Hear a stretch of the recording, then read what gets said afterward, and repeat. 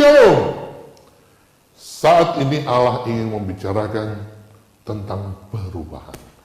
Bagaimana kita bisa berubah untuk lebih baik lagi dan sesuai dengan kehendak Tuhan. Perubahan adalah pekerjaan Roh Kudus yang menghasilkan sebuah perubahan sikap terhadap Allah dan menciptakan sebuah kapasitas baru untuk mengenal Allah. Jadi, jikalau kita mau mengalami suatu perubahan, ingatlah, harus dengan kuasa Roh Kudus. Haleluya. Tidak seorang pun pernah mampu melakukan hal itu. Di saat kita hadir di sini, hari lahir kita telah dipilih. Dan walaupun ilmu pengetahuan kedokteran sudah sedemikian maju, bukan hal mudah untuk memilih hari lahir seseorang. Perubahan disebut kelahiran baru. Itu adalah awal kehidupan rohani. Dan sama seperti kehidupan jasmani, engkau tidak bisa memilih hari lahir rohanimu. Ketika putra saya kuliah di perguruan tinggi, saya memutuskan sudah tiba saatnya bagi dia untuk berubah. Saya minta dia duduk pada suatu hari dengan maksud melakukan tugas itu. Bahkan prinsip pertama dalam pertobatan, bahwa itu adalah pekerjaan Roh Kudus.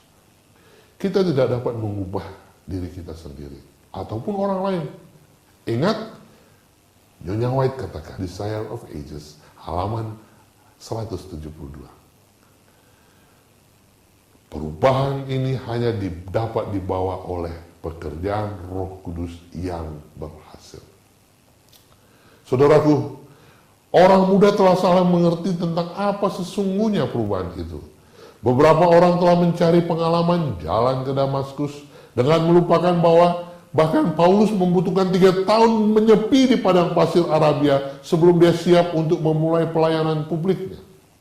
Pada pihak lain yang ekstrim, mereka tidak yakin apakah mereka telah berubah sama sekali, tetapi berasumsi bahwa mereka pasti telah berubah sejak mereka dibesarkan di dalam gereja. Beberapa orang telah membuat komitmen kepada Kristus, dan ketika mereka tidak menemukan diri mereka mengalami perubahan yang ajaib dalam tabiat, pada pagi hari setelah malam pengucapan komitmen itu, mereka berkesimpulan bahwa mereka belum berubah dan menunggu hingga suasana emosional berikutnya untuk mencobanya lagi. Saudaraku, menemukan arti perubahan kemudian menjadi luar biasa penting. Perubahan adalah pekerjaan Roh Kudus. Dan hal itu menghasilkan sebuah perubahan sikap terhadap Allah. Kapankah anak yang hilang itu berubah? Ketika dia berada di kandang babi? Dan di manakah anak yang hilang itu berada setelah perubahannya? Masih di kandang babi. Beberapa orang biasanya menambahkan pada titik itu, tetapi dia tidak tinggal lama di sana. Itu benar. Tetapi apa yang berubah pada saat perubahannya? Yang berubah adalah sikapnya. Saudaraku, dia masih harus melalui perjalanan panjang untuk mencapai rumah bapaknya. Tetapi sikapnya terhadap bapaknya telah melalui sebuah perubahan besar. Dan perubahan sikap itu mempersiapkan jalan untuk perubahan-perubahan yang akan mengikutinya. Saudaraku, perubahan menciptakan kapasitas baru untuk mengenal Allah. Tidak ada seorang pun yang mampu makan atau bernafas untuk dirinya sendiri hingga mereka dilahirkan. Dan sementara dirasakan masih mungkin untuk mempercepat proses perubahan dengan menempatkan dirimu dalam sebuah suasana rohani. Usaha pada kehidupan berbakti akan menjadi tidak berarti apa-apa kecuali pekerjaan sulit dan membosankan hingga engkau dilahirkan secara rohani. Saudaraku, baca Alkitabmu. 1 Korintus 2 ayat 14 berkata, tetapi manusia duniawi tidak menerima apa yang berasal dari Roh Allah, karena hal itu baginya adalah kebodohan, dan ia tidak dapat memahaminya, sebab hal itu hanya dapat dinilai secara rohani. Saudaraku, salah satu mujizat yang dihasilkan oleh Roh Kudus pada saat perubahan adalah menciptakan kapasitas baru untuk mengenal Allah.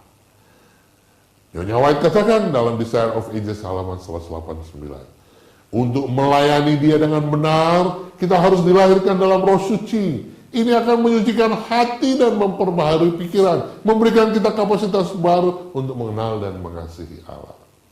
Tidak masalah jika engkau berasal dari latar belakang ateis atau Kristen sejati. Engkau harus dilahirkan kembali untuk dapat melihat kerajaan surga. Yesus katakan itu kepada Nikodemus ketika dia pelan-pelan, diam-diam bertemu dengan Yesus. Yohanes 3 ayat 3.